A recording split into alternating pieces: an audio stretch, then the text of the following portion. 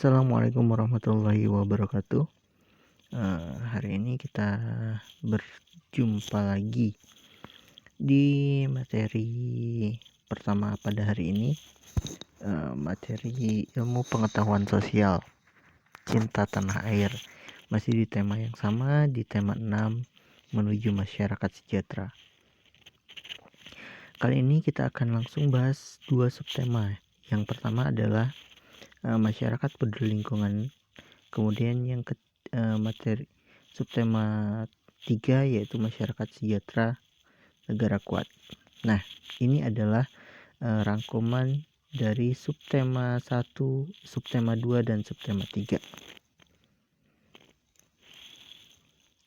Kompetensi dasar yang diajarkan masih sama 3.4, memahami makna proklamasi kemerdekaan, upaya mempertahankan kemerdekaan, dan upaya mengembangkan kehidupan bangsa yang sejahtera. Apa itu cinta tanah air? Cinta tanah air merupakan rasa rela berkorban demi kepentingan bangsa serta bangga terhadap keberagaman budaya Indonesia. Cinta tanah air membuat kita senantiasa mengutamakan kepentingan bersama daripada kepentingan pribadi atau diri sendiri. Bagaimana cara kita menunjukkan rasa cinta kepada tanah air kita? Sikap-sikap yang menunjukkan rasa cinta tanah air yang pertama adalah mengenalkan budaya Indonesia kepada masyarakat asing, mempelajari budaya daerah lain dengan semangat, saling menghargai antar masyarakat, lebih mengutamakan kepentingan bersama daripada kepentingan pribadi atau diri sendiri, selalu menghargai pendapat orang lain dalam setiap perkumpulan. Ini adalah sikap-sikap yang menunjukkan rasa cinta tanah air. Mengenalkan budaya Indonesia kepada masyarakat asing. Kita harus senantiasa melakukan upaya-upaya memperkenalkan budaya-budaya kita kepada masyarakat asing. Setidaknya, jikalau kita belum mampu mengenalkan budaya-budaya Indonesia ke masyarakat asing, maka kita selalu menjaga budaya-budaya itu dengan cara mempelajarinya, menggunakannya, dan lain sebagainya. Mempelajari budaya daerah lain dengan semangat. Kita harus tahu, karena Indonesia itu terdiri dari beragam suku, beragam agama, dan adat istiadat, maka kita harus senantiasa mau mempelajari budaya-budaya dari daerah lain, tidak hanya dari daerah tempat tinggal kita.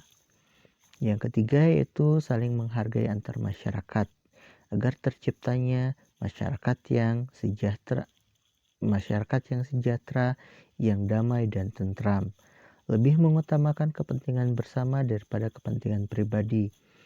Hal ini menunjukkan bahwa kita lebih mengutamakan kepentingan bersama, lebih mengutamakan kepentingan masyarakat di sekitar kita daripada kepentingan diri kita pribadi.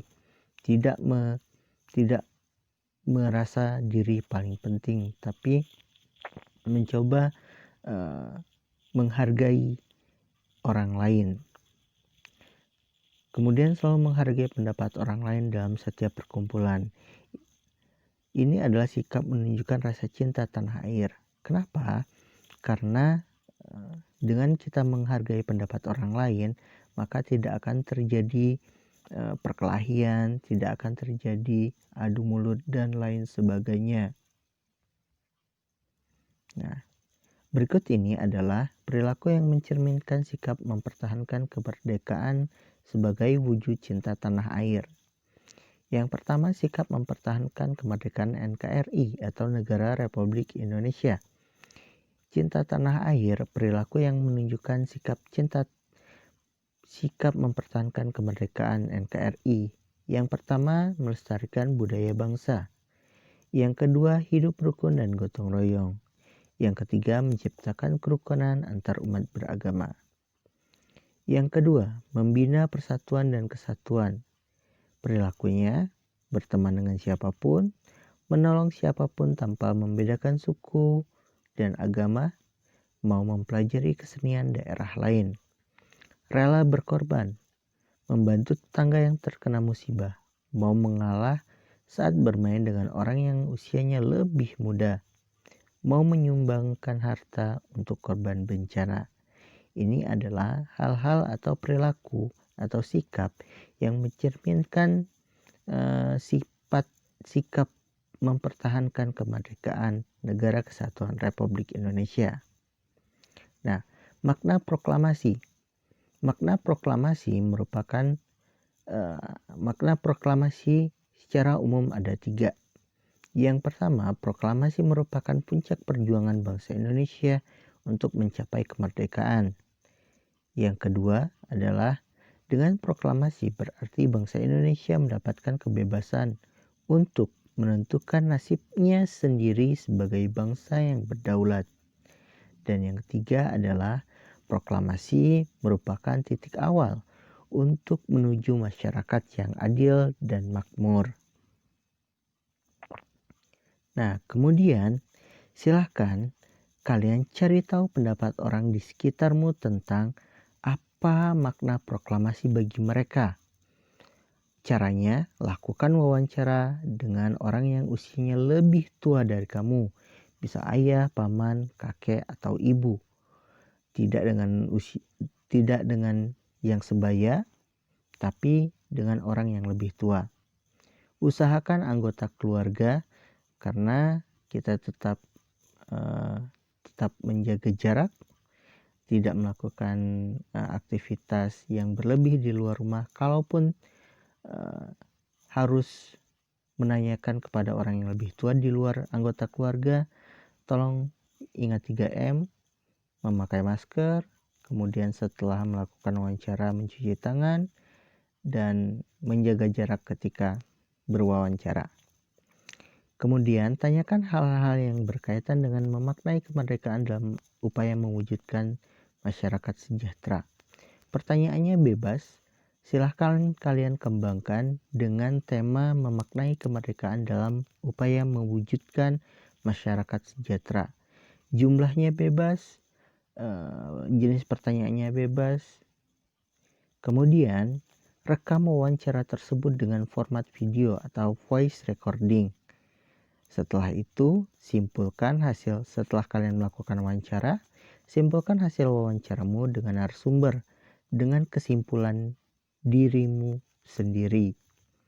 Kemudian yang terakhir, kirim japri ke Bapak menggunakan WA atau Telegram. Kirim paling lambat tanggal 25 Januari 2021. Lewat dari itu karena waktunya ada sekitar 6 hari. Lewat dari situ yang tidak mengumpulkan atau yang belum mengumpulkan, maka dianggap tidak memenuhi tugas K4 pada pelajaran ilmu pengetahuan sosial. Nah, upaya mewujudkan kehidupan yang sejahtera tertulis dalam pembukaan Undang-Undang Dasar 1945. Ini adalah bunyi Undang-Undang Dasar, pembukaan Undang-Undang Dasar 1945. Oke, di mana letak tertulis kesejahteraan umum? Pada alinea keempat atau pada paragraf keempat. Dan seluruh tumpah darah Indonesia, dan untuk memajukan kesejahteraan umum, mencerdaskan kehidupan bangsa. Ini adalah amanah Undang-Undang Negara Republik Indonesia. Dan tujuan terbentuknya Negara Republik Indonesia adalah untuk memajukan kesejahteraan umum dan mencerdaskan kehidupan bangsa. Nah, bagaimana cara mencapai kesejahteraan umum? Kesejahteraan umum dapat dicapai dengan 6 hal. Yang pertama, meningkatkan pendapatan masyarakat. Yang kedua, menyediakan sarana pendidikan dan kesehatan bagi masyarakat. Yang ketiga, memberi beasiswa kepada pelajar Indonesia yang tidak mampu atau yang berprestasi. Yang keempat, membangun jalan sebagai sarana penghubung antar daerah satu dengan daerah yang lain. Memberikan pelatihan kepada siswa yang putus sekolah agar mereka dapat berkarya, dapat bekerja dan menghasilkan penghasilan sendiri. Yang keenam, melestarikan budaya bangsa Indonesia. Kalau bukan kita, siapa lagi untuk melestarikan kebudayaan bangsa Indonesia.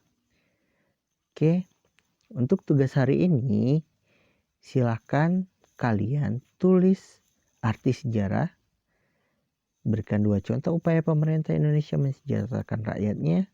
Kemudian, menurutmu apakah warga di sekitarmu sudah sejahtera? Apa alasannya? Silahkan cari dari berbagai sumber. Bapak tidak akan membatasi, mau googling, mau dari majalah, mau dari televisi, silahkan dikumpulkan paling telat hari ini ya. Dan tidak copy paste.